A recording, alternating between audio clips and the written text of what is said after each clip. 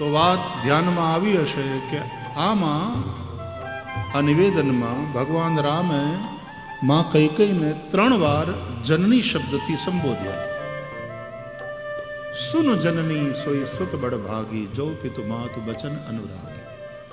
તનય માતુ પિતુ તોષની હારા, દુર્લભ જનની સકલ સંસાર. મુનિગન મિલન વિશેષ બન, સબઈ ભાંત હિત મોર. તેહી મહ પિતુ આયસુ, બહુરી સંમત જનની તો. 3 વાર જનની શબ્દથી मां कईकेयीने संबोध्या भगवान रामे. देखा जाए तो कईकेयी जननी नहीं है, मां जरूर, जननी नहीं है.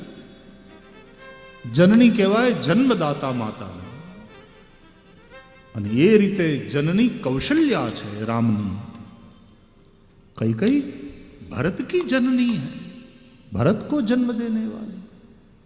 राम की जनेता तो कौशल्या. પણ અહીંયા ભગવાન રામ 1 વાર નહીં 3 વાર માં કૈકેયીને જનની શબ્દથી સંબોધે છે. એનો મતલબ જ જેની આપણે ચર્ચા કરી રહ્યા છીએ કે રઘુવંશના રામને જન્મ આપનાર માં કૌશલ્યા, પણ રામ રાજ્યનો રામ એને જન્મ દેનાર કૈકેયી છે. કૈકેયીએ જો આ 2 વચન ન માગ્યા હોત તો રામનું ચરિત્ર જે ઊંચાઈને સ્પર્શ્યું,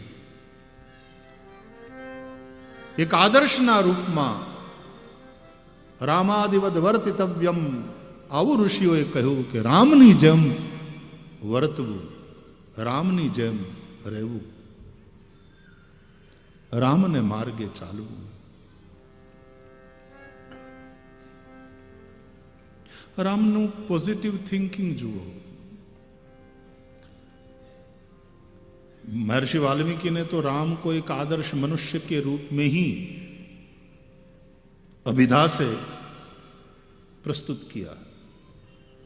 लक्षणा से कभी कभी ये भगवान है ऐसा कहा है, लेकिन वो लक्षणा से.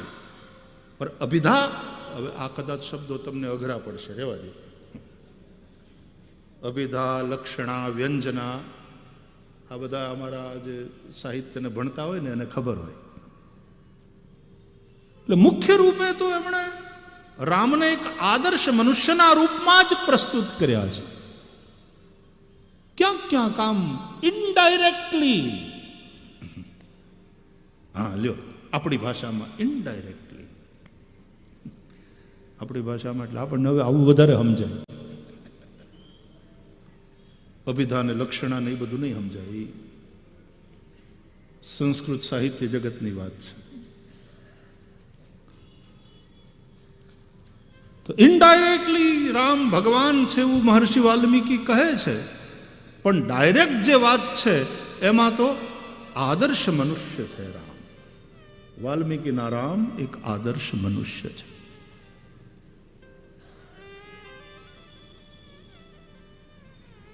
જેવું આદર્શ જીવન જીવ્યા કે લોકો એને ભગવાન માનવા માંડ્યા અને ભગવાનની જેમ પૂજવા માંડ્યા.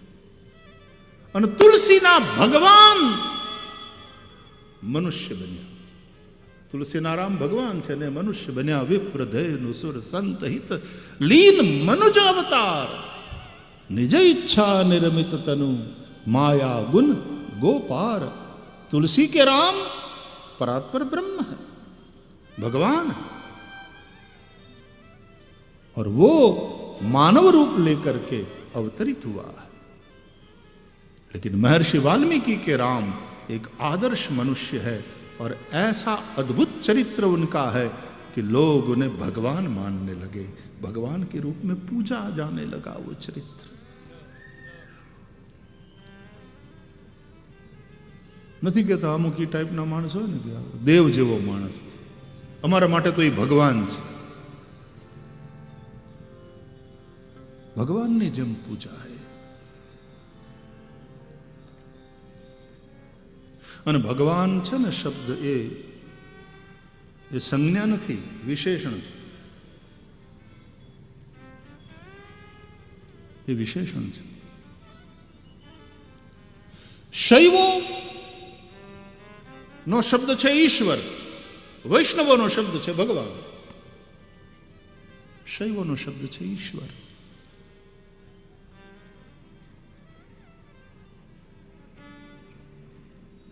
ईश्वर सर्वभूतानां, ईश्वर जो सबका नियंता है. तो जन्म 6 भग हो ये भगवान,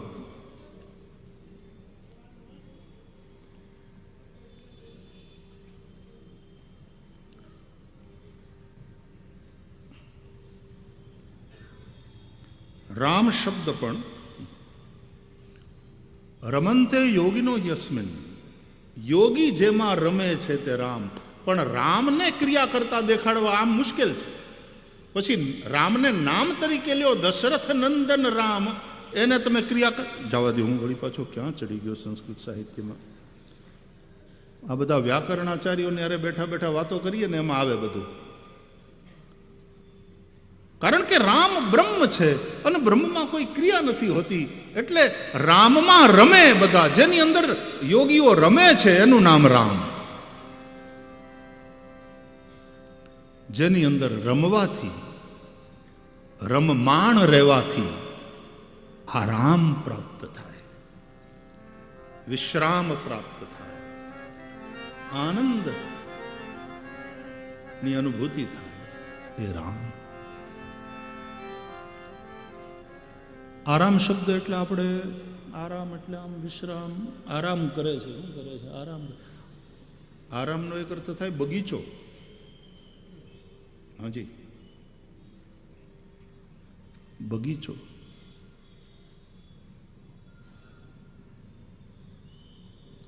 એમ તો બાવળના ઝાડની નીચે તે આરામ, માણા થોડીક ચોખવાડી કરી અને કંઈક પાથરીને આડે પડકે થાય, બીજો કોઈ છાંયો ન જડે તો ત્યાં માણસ આડે પડકે થાય. પણ એવો સુંદર બગીચો હોય, એ બાળકથી માંડી વૃદ્ધ સુધી સૌને આનંદ આપે. દરેક નગરની અંદર બગીચા માટે રિઝર્વ પ્લોટ રાખતી હોય છે દરેક નગરપાલિકા કે કોર્પોરેશન. રિઝર્વ પ્લોટ હોય થોડા, કે ત્યાં આરામગાહ બનાવવામાં આવે, ત્યાં બગીચાનું નિર્માણ થાય. બાળકો આવે, વૃદ્ધો આવે, થોડી વાર બેસે, લોકો ફરે, લોકો વાતો કરે. ત્યાં જવાનું બધાનું મન થાય, એને જોવાનું મન થાય. કેટલો સુંદર બગીચો છે.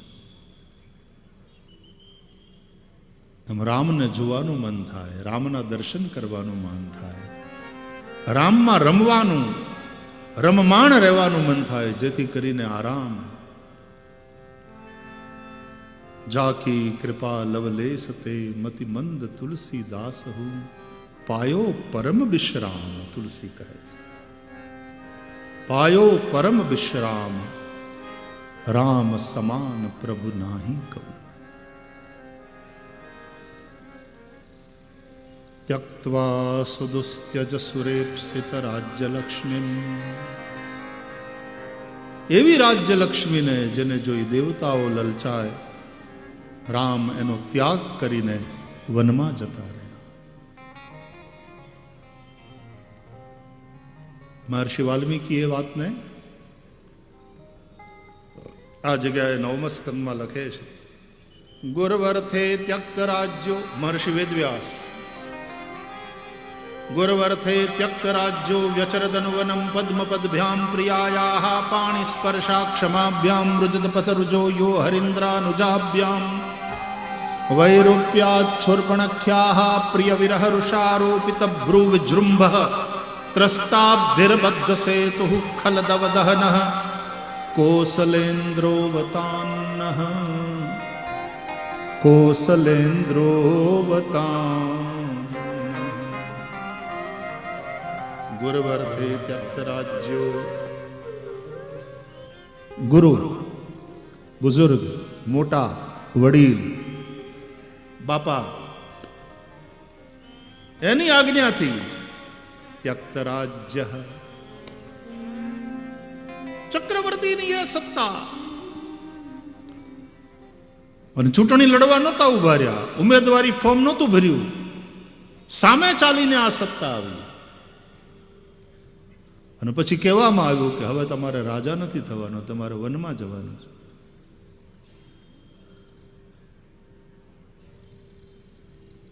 गुरुवर थे त्यक्त राज्य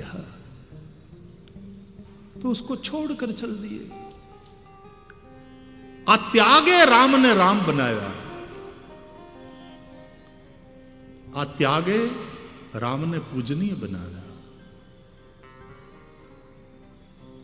आ देश में त्यागनो महिमा थयो छे. ईशावास्योपनिषदना पहला ज मंत्र में ईशावास्यमिदं सर्वं यत्किंच जगत्याम जगत तेन त्यक्तेन भुंजीथा मां गृधः कस्यस्विद धनम त्यागे नैके अमृतत्वमानशुः. आ उपनिषदों ना घोष है. त्याग से ही उस अमृत की प्राप्ति होती है. अमृत मतलब वो आनंद, वो तृप्ति, वो शांति, वही अमृत है.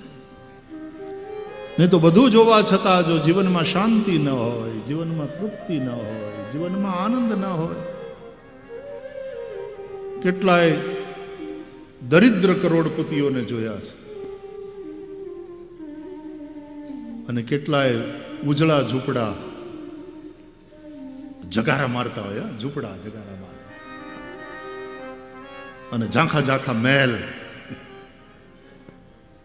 અને જગારા મારતા ઝૂંપડા.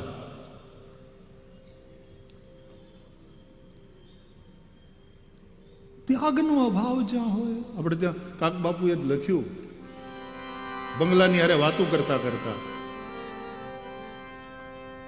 કે બોલો ભાઈ બંગલા બોલો, બોલો ભાઈ બંગલા બોલો, તમે હૈડા કેરી હાટડી ખોલો. બોલો ભાઈ બંગલા બોલો, હૈડા કેરી હાટડી ખોલો. તમારી ચાર દિવાલો વચ્ચે શું થાય છે એનાથી દુનિયા અજાણ છે. હૈયાના હાટ ખોલો અને બોલો. પ્રશ્ન કર્યા કવિએ કે કોણ સરાણું ને કોણ સરાણીઓ, કોણ દોરી ખેંચનાર રે, એનો કોણ દોરી ખેંચનાર. કોણ સરાણ્યું ને કોણ સરાણીઓ, કોણ દોરી ખેંચનાર રે, એનો કોણ દોરી ખેંચનાર. જીવતા રાખીને જીવને લેતી ઈ કેવી હશે તલવાર રદાના. મ્યાનમાં રહેતી ક્યારે ક્યારે બહાર નીકળતી, હે રોદા ફેરા મ્યાનમાં રહેતી ક્યારે ક્યારે બહાર નીકળતી. બોલો ભાઈ બંગલા બોલો, હૈડા કેરી હાટડી બોલો. એ સરાણીઓ કોણ, એ સરાણ કઈ અને કોણ દોરી ખેંચણહાર. નવી પેઢીના છોકરાઓને ખબર નહીં પડે જલ્દી કે સરાણિયા શું. કેટલાક શબ્દો કાલના ગર્તમાં, કાલ કે ગાલ में ऐसे समा जाते हैं કે શબ્દો ક્યારેક હામાં વળે ને ત્યારે એમ થાય કે ઓહો બહુ વખતે. જેને સાંભળ્યા હોય એને એને રાજીપો થાય, એ બહુ રાજી થાય. ગામડામાં હું કે મહારાજ ઓઠા હારા દે. હવે આ ઓઠા એ હાવ ગામડાનો શબ્દ છે. અત્યારના છોકરાઓ શહેરના ભણતા હોય ઇંગ્લિશ મીડિયમમાં, એને જરાય સમજાય નહીં. વોટ ઇઝ ધીસ ઓઠા? જોક્સ બેટા, જોક્સ. ઓઠા એવા એવા ઓઠા દે. અમુક અમુક ગંધ હોય ને એ તે બહુ વખત પછી ક્યારેક મળે. દાખલા તરીકે નિંભાડાની. એક સમય એવો આવે કે નિંભાડાની જે ગંધ હોય ને, મારે તો એવું થાય ઘણી વાર ક્યાંકથી એવી રીતે નીકળવાનું થાય, નિંભાડાની જો ગંધ આમ થાય કે ઓહો બહુ વખતે મળ્યા. અમુક વસ્તુ હવે દુર્લભ થવા માંડી. નિંબાળાની તો ખેર હજી ઉનાળાના તડકાથી તપેલી ધરતી ઉપર જ્યારે વરસાદનો પહેલો છાંટો પડે અને પછી એની જે ફોરમ હોય એ સુગંધ, એની સામે દુનિયાના બધા અત્તર નાના પડે, ઝાંખા પડે. હવે તો જો કે માટીનું અત્તર આવે છે ને, એવું સાંભળ્યું મેં, માટીનું અત્તર. આમ તો બધા અત્તર માટીના જ છે. માટીમાંથી જે કંઈ થાય છે એના જ વિવિધ સંયોજનો તૈયાર કરી અને જુદા જુદા સ્મેલના એ પરફ્યુમ ઊભા કરે.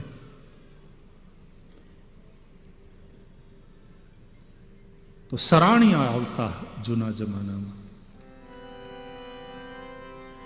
ચપ્પુ છુરી તેજ કરાલો. ઘણું કરીને એની બૈરી હોય ને, એની બેન, એની પત્ની, એ બેન એ આમ દોરી ખેંચતી હોય. અમુક નાના ટાઉનમાં એની દુકાને રહેતી, મોટો ખેંચે એટલે હરાણ થોડી વાર આમ ફરે, થોડી વાર આમ ફરે, અને ચાકુ, છુરી આદિ એનાથી એની ધાર કાઢવામાં આવે. એને હરાણ કે કોણ સરાણ્યો ને કોણ સરાણીયો, કોણ દોરી ખેંચનાર, એનો કોણ દોરી ખેંચનાર. અને પછી જીવતા રાખીને જીવને લેતી એ કેવી હશે તલવાર. મરવાય નો દે ને જીવવાય નો દે, જીવતા રાખીને જીવને લે એ કેવી હશે તલવાર. એ રુદા કેરા મ્યાનમાં રહેતી, ક્યારે ક્યારે બહાર નીકળતી. શું લોક બોલીની અંદર રચાયેલા આ પદો અને એની બળુકી રજૂઆત. બેન કઈ બાજુમાં બેસાડીને પછી લાજ લૂંટનારા કેવા હશે. બંગલાઓ હૈયાની હાટ ખોલો, કંઈક બોલો, કંઈક બોલો. ઘણા બધા પ્રશ્નો કર્યા છે ને. છેલ્લે પછી ક્લાઇમેક્સ તો એ છે કે છેલ્લે કવિ જે એ પદનો વિરામ કરે છે બંગલાના જવાબથી, પણ એ જવાબ નથી. અને છતાં જેમાં જવાબ નહીં એવો જવાબ દીધો બંગલાએ કે કાગ કે તે દી બંગલો બોલ્યો કે સુણવામાં નથી સાર રે કવિ, સુણવામાં નથી સાર. કાગ કે તે દી એ બંગલો બોલ્યો કે સુણવામાં નથી સાર રે કવિ, સુણવામાં નથી સાર. ઈશ્વર કોઈને આપીશમાં આવા બંગલાનો અવતાર હે. માળાને માર્ગે જાવું, મારે નાનું ઝૂંપડું થાવું. એ માળાને માર્ગે જાવું, મારે નાનું ઝૂંપડું થાવું. મારે નાનું ઝૂંપડું થાવું, મારે નાનું ઝૂંપડું થાવું, મારે નાનું ઝૂંપડું થાવું.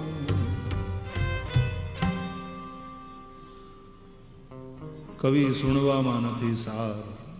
બસ ઈશ્વર પાસે એટલું જ માગું કે આ પ્રકારના બંગલાનો અવતાર અમને ન મળે. એના કરતાં હેમાળાને માર્ગે નાનું ઝૂંપડું થઈએ, કોક વટે માર્ગું થાકેલાનો વિહામો બનીએ, જ્યાં આવો આવો આવો આવો થતું હોય. તો બંગલા ઝાંખા ઝાંખા અને ઝગમગતા ઝૂંપડા. ક્યાં છે રામ, ક્યાં છે વિશ્રામ, ક્યાં છે આનંદ? તો ભાગવત કે રામ. ભાગવતના 2 અધ્યાયમાં શ્રી શુક ઉવાચ ખટ્વાંગાદ દીર્ઘબાહુશ્ચ રઘુસ્તસ્માત પૃથુશ્રવા અજસ્તતો મહારાજસ્તસ્માત દશરથો ભવત તસ્યાપि ભગવાનેશ સાક્ષાત બ્રહ્મમયો હરિઃ અંશાંશેર ચતુર્ધાગાત પુત્રત્વં પ્રાર્થિતસ્વરૈઃ રામ લક્ષ્મણ ભરત શત્રુઘ્ના ઇતિ સંજ્ઞયા. ભાગવતના રામ ભગવાન છે પાછા. વ્યાસજીના જે રામ છે એ ભગવાન છે. વાલ્મીકીએ રામને, મનુષ્ય રામને ભગવાનની ઊંચાઈએ પહોંચાડ્યા. એનું ચરિત્ર એવું, રામનું ચરિત્ર એવું ચિત્રણ કર્યું. તો કથા તો વાલા ભાગવતની જ છે, પણ એ ભાગવતમાં જે રામાયણ છે એને કેન્દ્રમાં રાખીને આપણે ચર્ચા કરવી છે. એટલે ભાગવત કે રામ, उस पर हम चर्चा करेंगे क्योंकि ये समीचीन है. राम जी दिव्य भव्य मंदिर में विराजने वाले हैं. અને આ કથા એટલા માટે કે આપણું શરીર પણ મંદિર બને. આમ તો શરીરની નિંદા પણ બહુ થઈ છે. ભાગવતના મહાત્મ્યમાં પણ દેહે સ્થિમાંસ રુધિરે વિમતિમ ત્યજત્વમ જાયા સુતાદિષુ સદા મમતાં વિમુંચ પશ્યાનિશમ જગદિદમ ક્ષણભંગનિષ્ઠમ વૈરાગ્ય રાગરસિકો ભવ ભક્તિનિષ્ઠ.